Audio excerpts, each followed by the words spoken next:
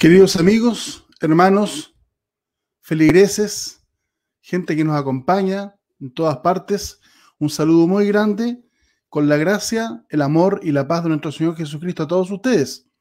Estamos iniciando este segundo encuentro pastoral online. La explicación de la semana pasada la repetimos hoy día de que debido a la pandemia no hemos podido juntarnos, no hemos podido congregarnos en nuestra querida Iglesia Ortodoxa de Viña del Mar, y la tecnología hoy día nos ofrece esta posibilidad de poder, ya que no podemos juntarnos físicamente, poder estar alrededor de un tema semanalmente, hacer especie de pastorales, ¿cierto? Encuentros pastorales a través de esta bella instancia que es el encuentro pastoral, y para poder ir viendo diferentes temas que nos van a acompañar durante toda la Cuaresma. Para aquellas personas que deseen acompañarnos, dar sus sugerencias, sus comentarios, ¿cierto? Su crítica, hemos preparado una casilla de correo especial para esto, que es, como están viendo ustedes ahí, pastoralortodoxavinadelmar@gmail.com. pastoralortodoxavinadelmar@gmail.com, para que nos puedan hacer llegar sus comentarios, sugerencias, críticas, y todo aquello que nos puede ayudar a mejorar este espacio de confraternidad, este espacio de búsqueda de la verdad y la riqueza de nuestra amada y querida Iglesia Ortodoxa. Así que estos van a ser encuentros regulares los días martes a las 19 horas en vivo, así que los animamos a que se unan, que hagan el tiempo y que puedan compartir esta instancia con personas que están alrededor de ustedes y que pueden eventualmente ayudarnos a difundir esta riqueza de la Iglesia Ortodoxa, ¿eh? Nuestra querida, amada Iglesia Ortodoxa. Con respecto a hoy día, yo los quiero dejar ahora, ¿cierto?, con el tema de hoy día que hemos preparado. Se los voy a mostrar a continuación. Hoy día vamos a ver en un segundo capítulo. Vamos a hablar hoy día de este domingo que acaba de recién pasar, que es el fariseo y el publicano. Hoy día vamos a hablar en detalle del fariseo y el publicano con respecto al el evangelio de este domingo recién pasado. Así que vamos a empezar, como todos buenos cristianos, con una oración invocando la presencia del Espíritu Santo. Así que los invito a todos que se pongan en la presencia del Señor para poder llenarnos de este espíritu, con esta oración antiquísima y ocupamos en casi todos los oficios de nuestra Iglesia Ortodoxa. Así que los invito a decir en el nombre del Padre, y del Hijo, y del Espíritu Santo. Amén. Rezamos todos juntos. Oh Rey Celestial, Paráclito, Espíritu de la verdad, que estás en todas partes y todo lo llenas, tesoro de todo lo bueno y dador de la vida, ven y mora en nosotros, purifícanos de toda mancha y salva nuestras almas, oh bondadoso. En el nombre del Padre, y del Hijo, y del Espíritu Santo. Amén. Pedimos al Señor que a través de su Espíritu Santo nos llene de sabiduría y de amor para comprender sus enseñanzas divinas. Con respecto al martes pasado, que fue el día 16 de febrero, es siempre bueno hacer un pequeño recuerdo. Lo que hicimos el martes pasado fue una explicación de la palabra triodion. Vimos que era un libro litúrgico, pero también un tiempo litúrgico. Ahí está el origen, el significado, su uso. Hablamos del concepto y de canon, y vimos un ejemplo detallado de lo que era un canon en nuestra iglesia, como el uso en el matutino. Y vimos también las etapas del triodion. Son 3 etapas. Así que hoy día, lo que vamos a hacer hoy día está ahí un poco resumido para que tomen nota y puedan prepararse. El objetivo de hoy día es el domingo del fariseo y el publicano, que pasó hace 2 días, el día 21, domingo 21. A muchos de ustedes les llegó una pequeña explicación por WhatsApp. Si no, está en las redes, está en el Facebook de nuestra iglesia, Iglesia Ortodoxa Viña del Mar, y está también en el YouTube, Iglesia Ortodoxa Viña del Mar. Hoy día lo que vamos a hablar del fariseo y el publicano es en primer lugar, quiero proponer la lectura del texto bíblico y después una pequeña reflexión grupal a través del chat. Así que voy a pedir, en ese momento voy a abrir el chat para que quien quiera hacer alguna reflexión, un comentario, ¿cierto? Antes de entrar al detalle, para que podamos establecer esto de comunidad, en el sentido de que esto lo hacemos entre todos. Así que cada uno va a poder opinar, ¿cierto? Y dar su punto de vista con respecto a esto. Obviamente con respecto a la lectura bíblica. Después vamos a hablar de los fariseos en detalle, quiénes son, los publicanos, y finalmente después de esta detallada estudio de los fariseos y los publicanos, vamos a ver un fariseo modelo, ¿cierto? Típico de nuestra iglesia, que hoy día lo tenemos como una herencia teológica. Después vamos a hablar de la elección de modelo a seguir, cuál es el tipo que a mí me acomoda en mi vida. Vamos a estudiar un poquito, leer un poco de Cantos del Matutino del domingo del fariseo y el publicano, y vamos a finalizar con la oración de San Efrén. Para recordar solamente, como ustedes pueden ver ahí, pueden ver que dijimos que el tiempo de la preparación, nosotros estamos en un tiempo de 4 domingos que nos prepara para entrar en la Santa y Gran Cuaresma. El domingo del fariseo y el publicano, que estamos celebrando esta semana, ¿cierto? El domingo 21 de febrero, y estamos toda la semana con la semana del fariseo y el publicano. El domingo siguiente, el 28, será hijo pródigo. Después vamos a hablar de el día del juicio, con la abstinencia de la carne, último día para comer carne. Y finalmente el domingo del perdón, donde nos vamos a perdonar nuestros pecados, nuestras faltas. Y es el domingo de la abstinencia de los lácteos para entrar ese día lunes siguiente inmediatamente a la gran cuaresma de resurrección. Los quiero invitar a leer entre todos este texto del fariseo y el publicano, que es la lectura del domingo, que dice: lectura del Santo Evangelio según San Lucas. Gloria a ti, Señor, gloria a ti. Dijo el Señor esta parábola: 2 hombres subieron al templo a orar. Uno era fariseo y el otro publicano. El fariseo, puesto en pie, oraba consigo mismo de esta manera: Dios, te doy gracias porque no soy como los otros hombres, ladrones, injustos, adúlteros, ni aun como este publicano. Ayuno 2 veces a la semana, doy diezmos de todo lo que gano. Mas el publicano, estando lejos, no quería ni aun alzar los ojos al cielo, sino que se golpeaba el pecho diciendo: Dios, sé propicio a mí, pecador. Os digo que éste descendió a su casa justificado antes que el otro, porque cualquiera que se enaltece será humillado, y el que se humilla será enaltecido. Gloria a ti, Señor, gloria a ti. Damos gracias a Dios por esta palabra de sabiduría, por esta palabra de don. Y los quiero invitar, si alguna persona quiere hacer algún comentario, algún aporte, ¿cierto? Sería bastante interesante que lo hiciera para poder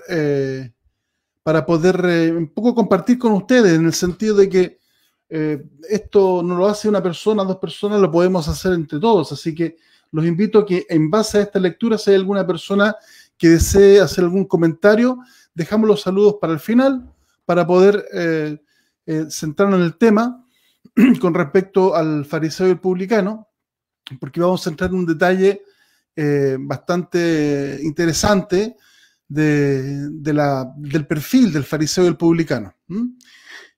Si no hay ninguna persona que quiera hacer comentarios, voy a seguir adelante entonces. Sí, me parece que no hay. Perfecto. Entonces, vamos a seguir con nuestro tema de hoy. Aquí don Horacio Juan Boló dice: lo llamativo es que el fariseo no fue condenado. ¿Ah? Interesante reflexión, don Horacio. Doctor Horacio desde Buenos Aires. Lo llamativo es que el fariseo no fue condenado. Muy bien.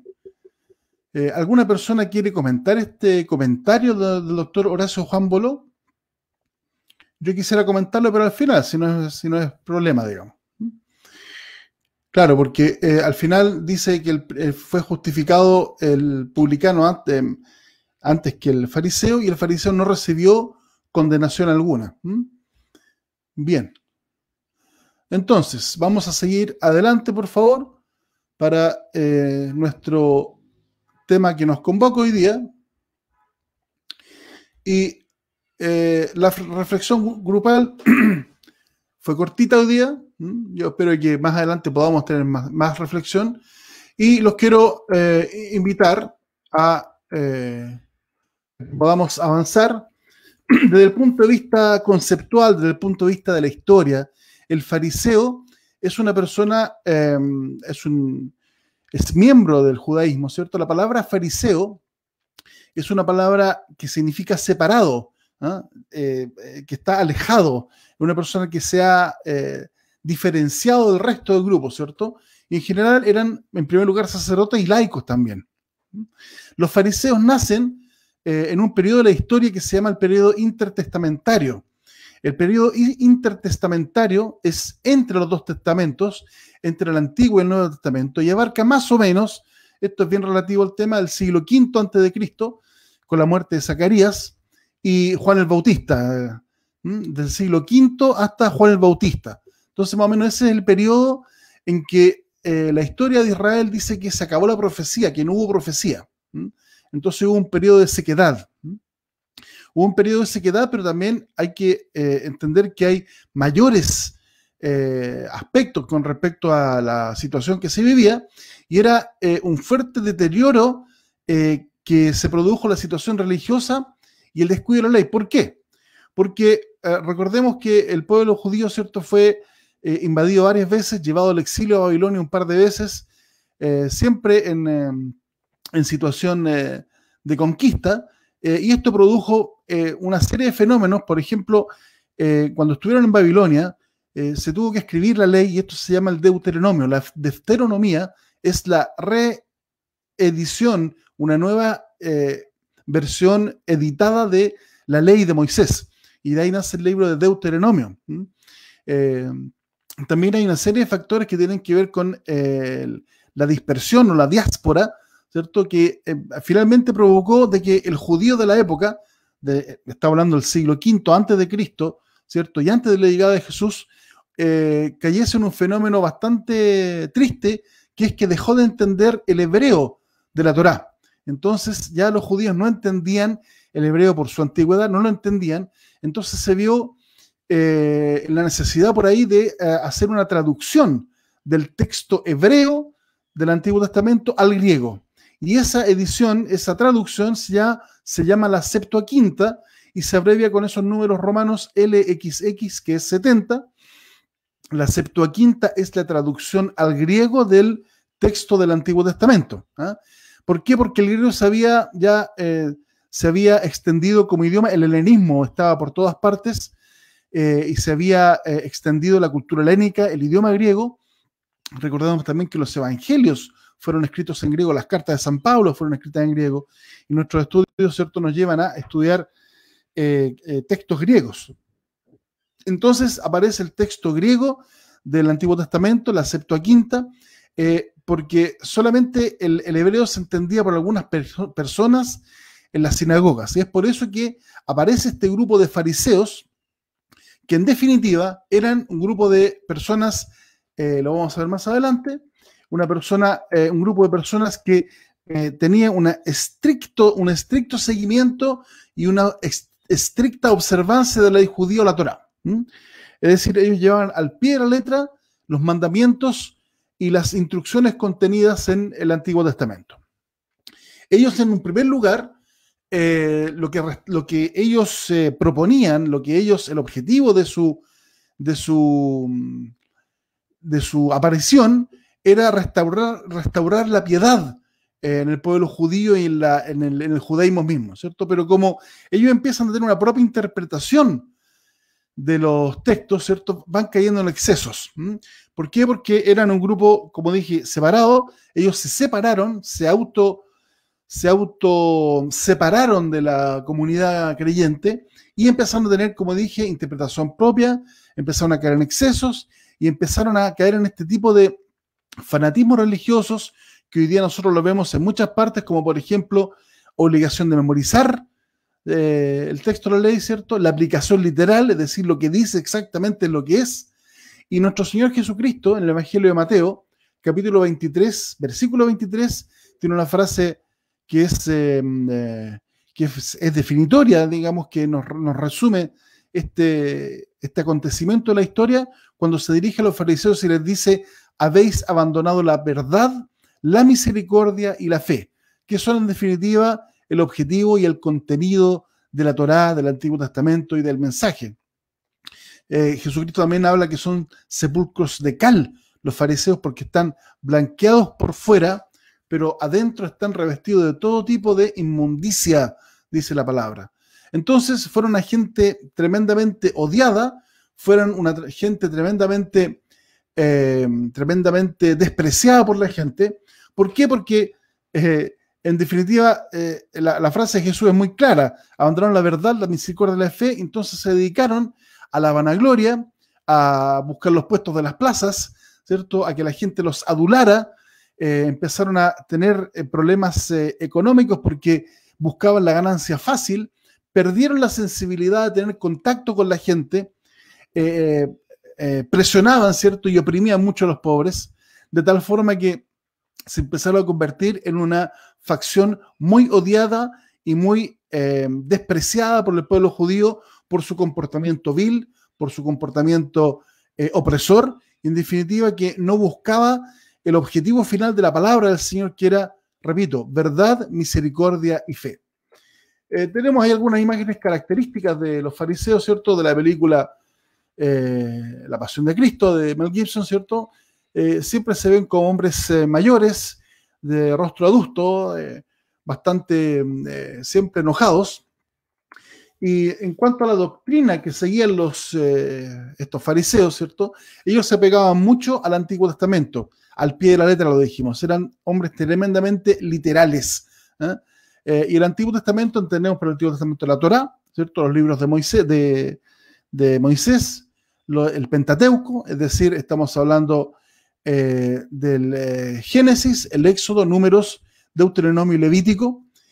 Se apegaban mucho a los profetas y a una especie de adivinación profética, y también los libros históricos que dejaban una enseñanza del pasado histórico del pueblo. También ellos se apegaron mucho al Talmud, y el Talmud es una colección de diálogos, de enseñanzas orales, de tradición oral que quedó escrita, y en definitiva ellos tenían algunos pilares de fe, de doctrina, creían en la resurrección, creían en la recompensa, es decir, esto que Dios recompensaba a la gente a partir de sus obras, el castigo, que era tenía una fuerte presencia con respecto al Dios castigador, al Dios juzgador, al Dios que imponía la fuerza sobre sus creados.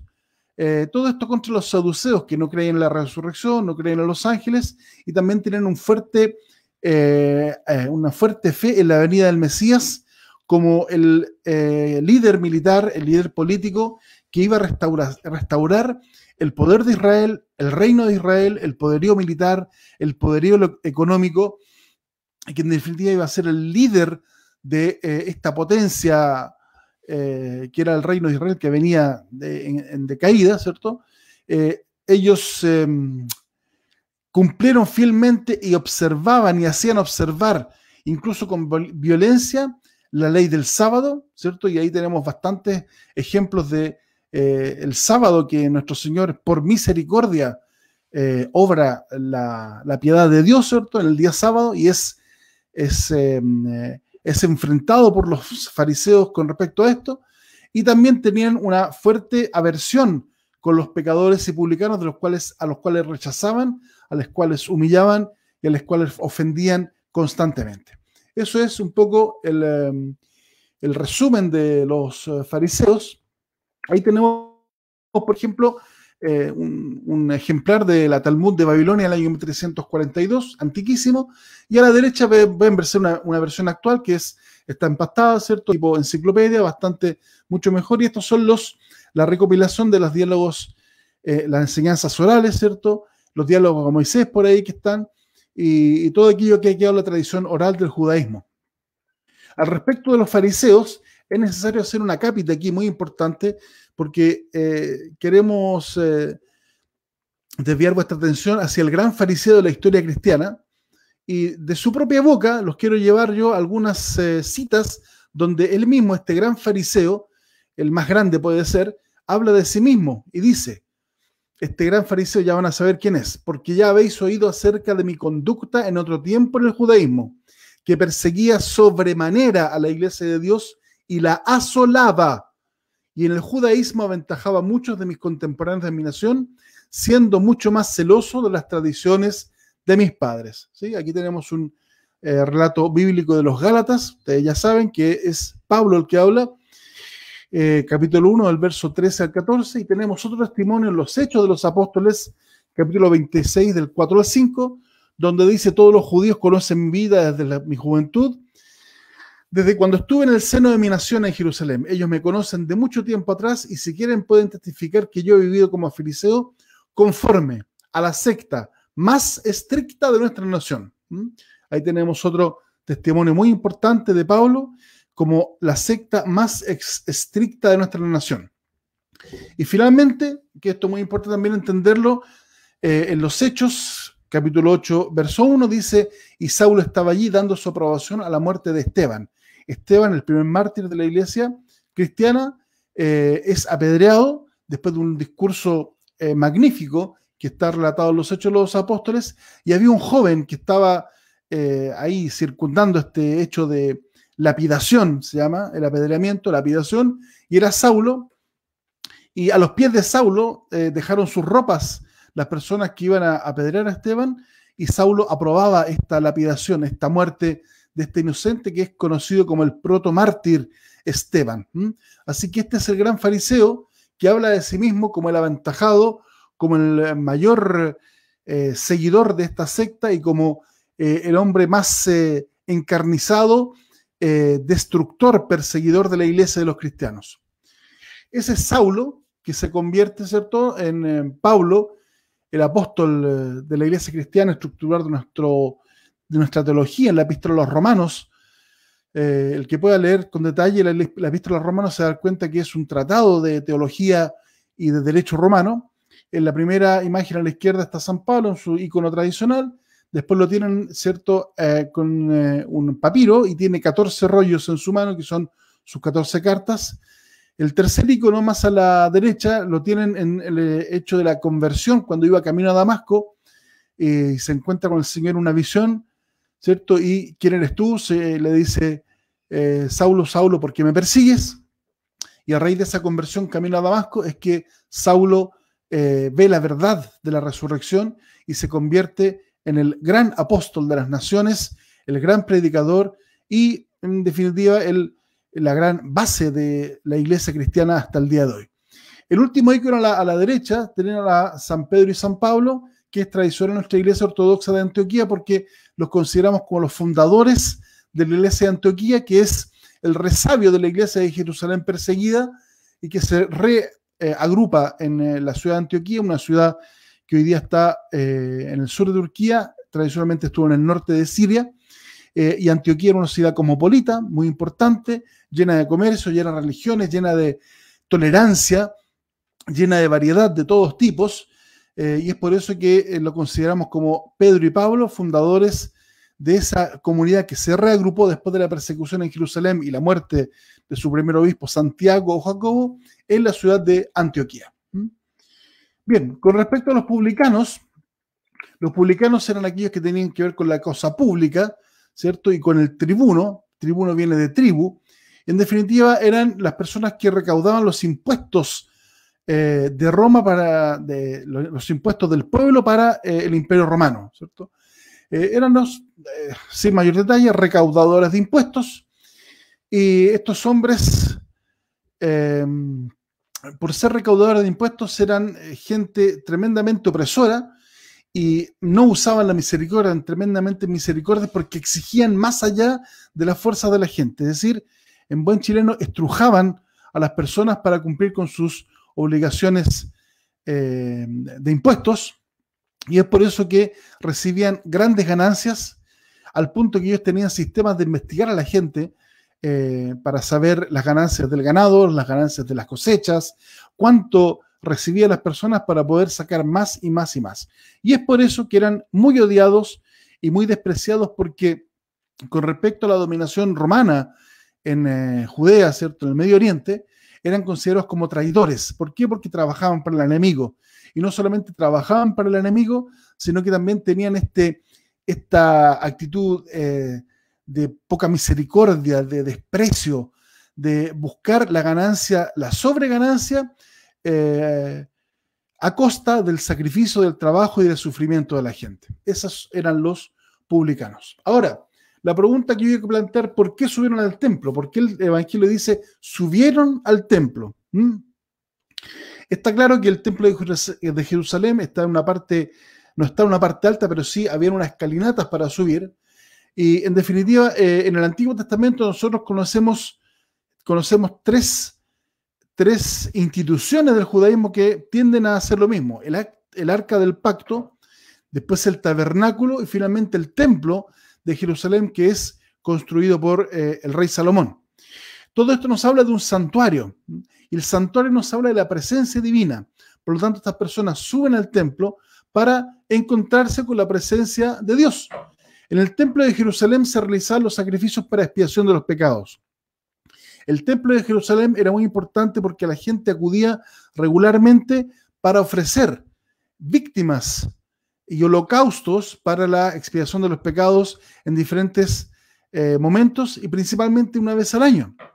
Ahora, si nosotros estamos hablando de un punto de vista cristiano, nosotros hemos desarrollado, sobre todo en nuestra liturgia ortodoxa, un concepto muy importante: que Cristo es el templo y el sacrificio. Es decir, Cristo, el Señor Jesús en la cruz, es el que se ofrece y el ofrecido, el partido sin ser dividido. Entonces, hemos avanzado un paso muy importante, porque hemos sido capaces, como cristianos, en general todos, de creer que nuestra fe no está basada en un templo, en un edificio, sino que está más allá, que tiene que ver con la presencia espiritual y nuestra relación espiritual con el Señor. Y esto más aún se entiende cuando el día de la crucifixión el velo del templo se raja en dos.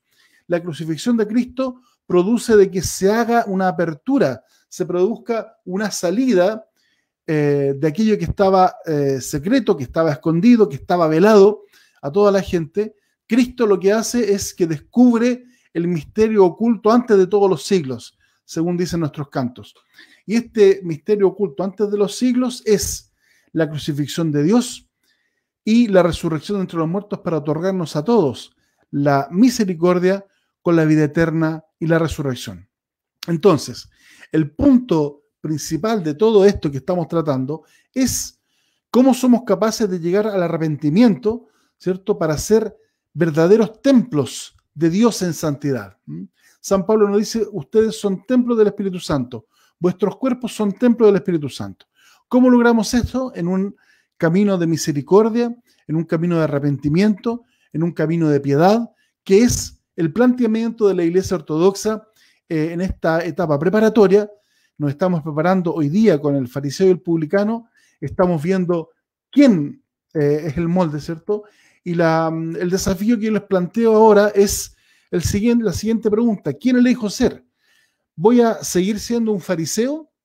¿Voy a seguir siendo el estereotipo del fariseo que hay muchas personas, nosotros conocemos en nuestro entorno, ¿cierto?, que su vida se basa en mirar al otro y decir: mira mira lo que hace, mira cómo es, mira lo que dice, ¿eh? Y nos comparamos negativamente, en el sentido de que nos elevamos y decimos: oh, gracias Dios mío, porque no soy como que es ladrón, que es adúltero, que es mentiroso, que es vicioso, ¿cierto? Entonces, esta oración, en definitiva, que nos presenta el fariseo como forma de vida, es una oración rechazada, porque viene de un origen rechazado.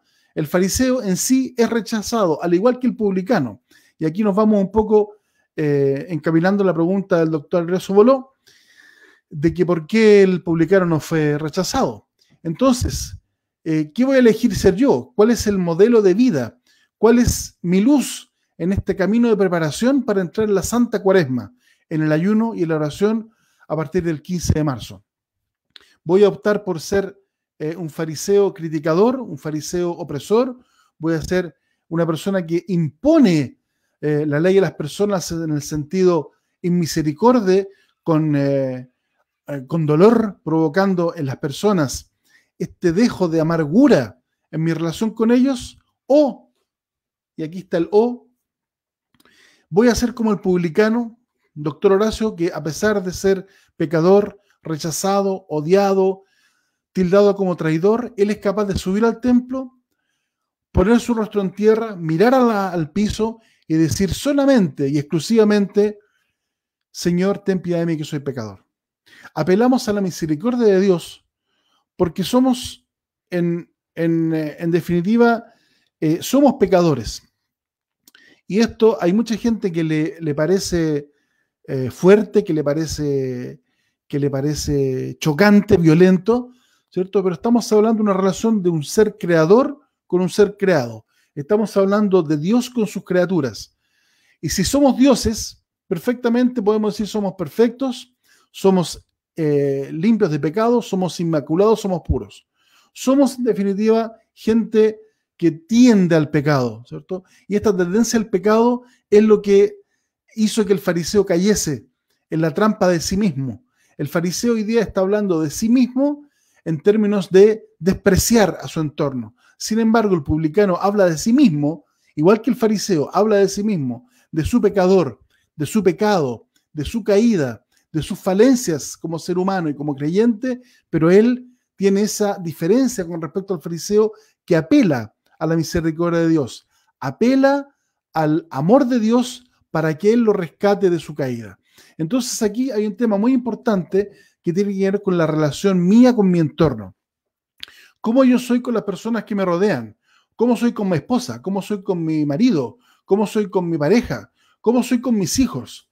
¿Qué relación tengo con con las personas que me acompañan en mi trabajo? ¿Cómo soy como jefe, como empleador? ¿Cómo soy cuando voy a tomar un café? ¿Cómo soy cuando voy a tomar una cerveza? ¿Cómo soy cuando voy a almorzar en un restaurante? ¿Cómo trato a las personas que me atienden, que me cuidan, que me sirven? Y en definitiva, ¿cómo trato yo a ese entorno bello de personas que Dios me ha dado para ser mi garantía de salvación? El Evangelio de Jesucristo, queridos hermanos, es exclusivamente relación con el prójimo. Es cómo yo soy capaz de ser luz del mundo, pero para el prójimo. No voy a sacar nada con dar con una antorcha o con un foco LED, sino soy capaz de relacionarme en términos de amor verdadero, en términos de misericordia, de salvación y de empatía con mi entorno, con todas aquellas personas. ¿Cómo es mi oración? ¿Qué voy a orar? ¿Qué voy a decirle al Señor? Y aquí yo los quiero invitar a que más que podamos decir largos oficios, largos ritos, largas oraciones escritas, podamos poder incorporar a nuestra vida algo muy importante, muy simple, que es la oración de Jesús. Y la oración de Jesús dice simplemente: Señor, ten piedad, Señor, ten piedad, Señor, ten piedad. Decir Señor, ten piedad en todo momento, a cada rato, en todo lugar, en el auto, en la micro, en el bus, en el avión, trabajando, con personas. Puedo ocuparla en cama, no necesito libro, no necesito iglesia, no necesito incienso, no necesito nada más que decir: Señor, ten piedad, Señor, ten piedad, Señor, ten piedad, y repetir incesantemente con mi mente y con mi corazón, de tal forma que yo pueda establecer una relación de amor filial con el Señor. Es decir, Dios no necesita que yo le pida: Señor, dame, Señor, póneme, Señor, hazme, Señor, por favor, mira. Dios no necesita que le digamos, porque si creemos en un Dios que es Dios de verdad, Dios sabe qué necesitamos. Lo único que nosotros tenemos que apelar es a la misericordia de Dios, que Dios sea misericordioso, y la misericordia viene del corazón, misericordia. En árabe y en idiomas semitas, la misericordia se dice rahme, y el rahme tiene la misma raíz que el vientre materno, que el útero, que se dice rahm. Rahm es vientre y el rahme es la misericordia. Algo tiene que haber de relación entre la misericordia y este vientre de bondad, de amor, ¿cierto? Y recuerden que las iglesias ortodoxas tienen una cúpula, y esa cúpula simboliza al vientre de la madre que nos está incubando como pequeños embriones y fetos que vamos a nacer a la vida eterna cuando nos durmamos para este mundo y vayamos al reino de los cielos como verdaderos hijos de Dios, en definitiva, en verdad y en justicia. Esta es la oración que yo los invito a practicar: Señor, ten piedad, Señor, ten piedad, Señor, ten piedad, en forma incesante, cada vez que pueda, antes de dormir, mientras se lava los dientes, mientras se afeita, mientras se ducha, mientras toma desayuno. Vamos a ir profundizando más y más en esta oración, pero los quiero dejar con este pequeño regalo, ¿cierto? Tómenlo como un inicio de la oración. Repetir, Señor, ten piedad en forma incesante. Vamos a ir viendo, agrandando, ¿cierto? Señor, ten piedad, Señor, ten piedad, Señor, ten piedad, Señor, ten piedad. En todo momento, en todo lugar y en toda circunstancia. Los quiero invitar a compartir un poco de literatura matutina del día domingo del fariseo y el publicano para que veamos un poco estos tres cantos que vienen a continuación. Los repetimos siempre, que son los cantos matutinos del Triodion, y son muy hermosos porque se cantan con mucha devoción, ¿cierto? Y dice: gloria al Padre, al Hijo y al Espíritu Santo.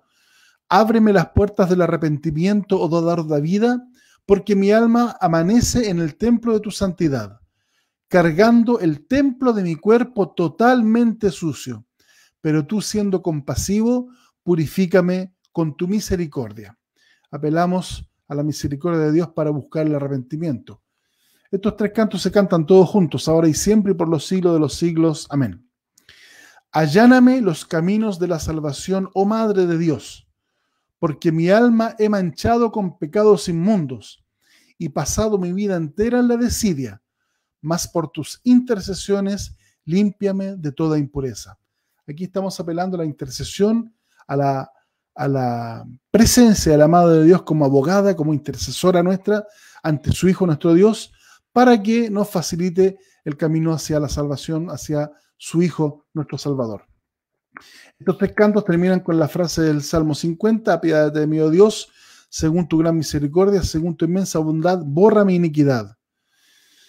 Al contemplar la muchedumbre de mis malas obras, yo, el desgraciado, tiemblo por el día terrible del juicio. Mas teniendo la confianza de tu ternura, clamo a ti como David: ten piedad de mí, oh Dios, según tu gran misericordia. Estas dos frases están unidas porque el rey David, ustedes saben la historia, que después de su gran pecado escribe el Salmo 50. La tradición dice que escribe el Salmo 50, que es el Salmo del arrepentimiento. Es por eso que se apela al arrepentimiento: apiádate de mí, oh Dios, según tu gran misericordia, según tu inmensa, borra mi iniquidad, lávame más y más de mi maldad y de mis pecados, purifícame, pues reconozco mis culpas, etcétera. Lo pueden buscar, ¿cierto? El Salmo 50 o 51, depende de la edición. Salmo 50 o 51, ten piedad. Después hay algunos cantos muy interesantes y bellos. Hay aquí poesía, sin duda en griego. Esto tiene métrica y tiene rima, pero veamos algunas estrofas del Enos, que son los cantos finales del matutino, y dice: no oremos. Esta es una exhortación grupal muy hermosa que hace la iglesia a la gente, y nos dice: no oremos, hermanos, como el fariseo, porque aquel que se ensalza será humillado. Humillémonos pues ante Dios sometiéndonos, y exclamémosle por medio del ayuno como el publicano, diciendo: perdónanos, oh Dios, a nosotros pecadores. Entonces la iglesia nos llama a no ser como los fariseos, sino que a ser como el publicano, buscando la humildad, la autohumillación, y buscar la presencia de Dios en esto que es: perdónanos, Señor, y ten piedad de nosotros. Otra estrofa muy bella del canto de Lenos es: oh único soberano, cuando se acercaron a ti, el fariseo vencido por la vanagloria y el publicano doblegándose por el arrepentimiento, el uno al enorgullecerse fue privado de todos los bienes. Doctor Horacio, el uno al enorgullecerse fue privado de todos los bienes, y el otro por su silencio mereció los dones. Confírmame pues con estos suspiros, oh Cristo Dios, como eres amante de la humanidad. Le pedimos a Dios que nos confirme, que nos fortifique, que nos dé la sabiduría de poder enfrentar este tiempo de preparación con humildad, con oración, con reflexión en torno a cómo nuestra vida. Habiendo conocido la diferencia establecida entre el fariseo y el publicano, aborrece, alma mía, el tono de aquel soberbio e imita a este en la humilde buena oración, exclamando: perdóname, oh Dios, y ten piedad de mi pecador. Nuevamente exhortaciones a pedir perdón al Señor y a buscar la piedad, ¿cierto? Que Dios se apiade de nosotros, que tenga esta buena acción de rodearnos y ponernos, voy a decir una irracionalidad, pero en su vientre paterno, en el seno del Padre, no es la muerte, ¿cierto? Pero que nos rodee con su misericordia, nos abrace y nos abrigue con su amor, con su misericordia, con su piedad, para poder iniciar este camino en 2 semanas más de ayuno y de oración para la Gran Cuaresma. El Doxasticón es el canto final del matutino y que se canta con mucha solemnidad y mucha devoción, y dice: gloria al Padre, al Hijo y al Espíritu Santo. Este es particular del fariseo y el publicano, y dice: reprochaste, oh Señor, al fariseo cuando se justificó a sí mismo, orgulloso por sus obras, y justificaste al publicano que con suspiros y mucha humildad se acercó suplicando el perdón. Porque tú no aceptas los pensamientos enaltecidos y no rechazas los corazones contritos, por lo tanto con humildad nos arrodillamos ante ti, tú que sufriste la pasión por nosotros, concédenos pues el perdón y la gran misericordia. Creo que mucho del comentario del doctor Horacio está respondido, ¿cierto?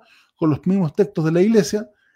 Apelamos insistentemente a la humildad y tratamos de alejarnos del comportamiento del fariseo para no ser fariseos, ¿cierto? Nosotros aquí en Chile usamos la palabra fariseo para decir falso. Mira que es fariseo este. Comportamiento farisaico. Pero en definitiva es más allá de una falsedad. El comportamiento farisaico tiene que ver con cómo yo, porque en definitiva fariseo y publicano se comportaban de la misma forma. Uno religiosamente y el otro económicamente. Pero en definitiva nos alejamos de todo aquello que es la vanagloria, que es la humillación, que es el desprecio por el ser humano y la búsqueda del bien propio en contra del otro. En cambio, el publicano, ¿cierto?, solamente puso los ojos al suelo, él hizo una metanía, él hizo una postración, ¿no?, que es una figura que viene del tiempo de Moisés en la zarza ardiente, para mostrar su misericordia. Metanía es cambio de actitud, cambio de mente, cambio de vida. Ahí tenemos un poco la iconografía del domingo del fariseo y el publicano. A la izquierda, ¿cierto?, tienen al fariseo rezando hacia arriba, con los ojos levantados, y el publicano agachado. Lo mismo, ¿cierto?, en las 3 imágenes, si ustedes se dan cuenta, un poco diferentes versiones, diferentes tipologías. Hay algo griego, hay algo ruso por ahí, pero en definitiva todo lo mismo. Habla del fariseo erguido, mirando orgulloso al cielo, diciendo: mira, en la tercera imagen lo apunta con el dedo y le dice: no soy como este, mira Dios, mírame a mí, no soy como este, ¿cierto? En definitiva, ese es nuestro icono. Hay muchos iconos sobre esto, los invito a revisar si alguno gusta, la red está llena de esto, pero es solamente un ejemplo para ustedes en este momento. Quiero terminar hoy día para abrir paso a la comunidad, para conversar un poquito con la oración final, que insisto, es la oración de San Efrem, un santo muy importante en nuestra iglesia, de la iglesia siriana, y que dejó mucha literatura, pero que en la Gran Cuaresma practicamos mucho la oración de San Efrem. Así que, aparte de leerla, yo les pido que por favor la escriban, y también es bueno que la practiquemos, porque son 3 párrafos y cada párrafo se dice con una metanía, una postración al suelo, y dice: Señor y soberano de mi vida, líbrame del espíritu de indolencia, vanagloria y palabra inútil, y concédeme a mí, tu siervo pecador, el espíritu de castidad, pureza, paciencia y amor. Si Rey mío y Dios mío, concédeme de conocer mis faltas y de no juzgar a mi hermano, porque eres bendito por los siglos de los siglos. Amén. Hermanos, esta es la oración del arrepentimiento por excelencia que nos deja San Efrem, y la oración de la Cuaresma. Que Dios los bendiga, que los proteja, y espero haber sido útil para ustedes en este día de hoy. Así que vamos a revisar el chat, por favor, para ver si hay comentarios, si hay... Ahí está mi amigo reverendo Miguel Ángel, pastor luterano en Osorno. Saludos a Jorge, estamos listos para el encuentro hoy. Bueno, ya fue. Estamos con cuaderno y lápiz, fantástico. Susana Merino, saludos. Aquí el ingeniero Carlos nos pregunta: ortodoxo antioqueño, ¿verdad, padre? Buenas tardes. Sí, somos cristianos de la Iglesia Ortodoxa de Antioquía. Ingeniero Carlos, un abrazo. También el ingeniero Carlos nos dice: saludos desde Guatemala. Así que un abrazo grande a Guatemala para el ingeniero Carlos. Ahí está el comentario del doctor Ignacio Horacio Juan Boló, muy bien. La señora Susana Merino de Buenos Aires nos pregunta, quisiera que me explique sobre el fariseo, lo explicamos. Bueno, doctor Horacio aquí nos dice, se autorresponde, parece, el doctor dice, fue justificado el publicano por su humildad. Bien, bueno, yo ya me expresé bastante, así que queda la reflexión de ustedes. Ricardo Rojas Molina dice, padre, si dice que el publicano fue justificado antes que el fariseo, significa que el fariseo también lo fue al final. No creo que haya sido justificado, sino que el antes significa que fue justificado, ¿ah? Y esa justificación tiene que ver con su acción de vida. Es decir, que fue justificado en primer lugar. Ese es el tema. No creo que haya una cronología, Ricardo Rojas, con respecto a esto, sino que fue justificado. En cambio, el fariseo no fue justificado. Ingeniero Carlos, sí, hoy leímos una lectura que el fariseo solo justificó a sí mismo. Ahí está, muy buena esa reflexión, ingeniero Carlos. Se justificó solo a sí mismo porque no había por qué condenarlo como tal. Lo que sí decimos es que actuó con un poquito de orgullo. Bueno, con mucho orgullo, con bastante orgullo y falta de empatía, eso es. Aquí hay un comentario bien bonito de Luis Encina Cerda, debe ser el Tata Luis, ¿cierto? Ojalá sea él. Hola, Dios mandó a su hijo para dar su vida por su prójimo, sin distinciones ni de escriba, ni de fariseo, ni de negro, ni de blancos. Vino a enseñarnos a dar todo por el prójimo. Esta es enseñanza, el pilar de lo que Cristo vino a enseñarnos. Exactamente, Luis Encina. Es lo que acabamos de decir. Yo agradezco tu comentario porque es sí, es el papá de la Claudia Encina, sí pues. Muy bien, Tata Imprenta. Así que muy bien. Ese es el resumen del Evangelio, ¿cierto? A rezar por el prójimo y tener mucho cuidado por el prójimo. Aquí el doctor nos dice, muchas gracias por este bálsamo espiritual, gracias a ustedes por estar, les agradezco mucho. Ahí la Anita dice, muchas gracias, Padre Jorge, de nada. Aquí Anita Hussein, una feligresa de nuestra iglesia, que es de Siria, ¿cierto? Pero está acá avecindada con 2 hijos muy hermosos, casada con el tío David. Hermosa idea para este espacio para alma. Sí, la idea es que, Anita, como no podemos tener la iglesia abierta por la fase 2, y como no es posible juntarnos, esto va a ser mucho más posible en el sentido de poder tener este encuentro con ustedes, ya que a veces es difícil venir a la iglesia, es difícil juntarnos, el trabajo, los niños, el colegio. Esta instancia yo creo que es bastante importante para todos nosotros y para poder desempeñar toda esta labor de predicación, de ayuda y de encontrarnos como comunidad, ¿cierto? Le insisto, esto va a ser, queridos hermanos, todos los días martes a las 19 horas en vivo, y los videos quedan grabados en las plataformas de Iglesia Ortodoxa Viña del Mar. Hemos tenido un problema técnico con la plataforma de YouTube, no se pudo transmitir porque hay unos permisos que hay que sacar, tiene que autorizar la transmisión, así que ojalá para la próxima semana podamos tenerlo ya en vivo de YouTube. Les recuerdo que el mail que hemos preparado para ustedes, para que puedan tener contacto, si quieren hacer algún comentario, algún aporte, alguna crítica, estamos abiertos a todo, ¿cierto? Anótelo, por favor, es pastoralortodoxavinadelmar@gmail.com. pastoralortodoxavinadelmar@gmail.com. Eso es. Para que lo tengan ahí, si quieren hacer cualquier tipo de comentario, cualquier tipo de solicitud, cualquier tipo de petición, cómo mejorar esto, estamos totalmente abiertos a esta solicitud. Así que escriban el mail y estamos para atenderlos y para servirlos en todo lo que podamos. Queridos hermanos, yo los voy a despedir en la gracia y la paz del Señor, pidiendo por todos ustedes para que Dios los bendiga, para que Dios los proteja, para que nos mantenga como comunidad. Comente que estamos haciendo esto, comparta. Nosotros muy importante, porque estamos empezando, esto es primera vez que se hace en nuestra iglesia, así que muy importante que si lo consideras importante, compártelo, invita a la gente. Esto es un espacio abierto para todas las personas, no tiene sesgo ni de pertenencia religiosa, ni de de ninguna parte. Ya ven que tenemos gente de Honduras, gente de muchas partes que queremos hacer comunidad. Así que un gran abrazo, que Dios los bendiga y nos estamos viendo ojalá el próximo martes a las 7 de la tarde en vivo.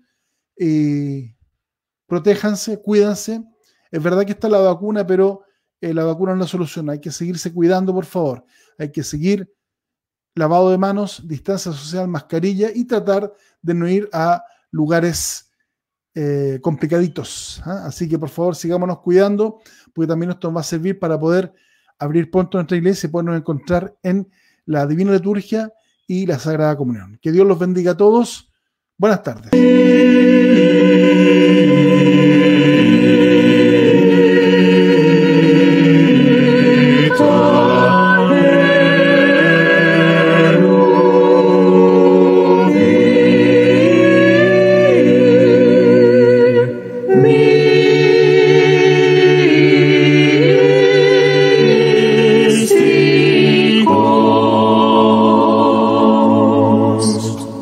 Me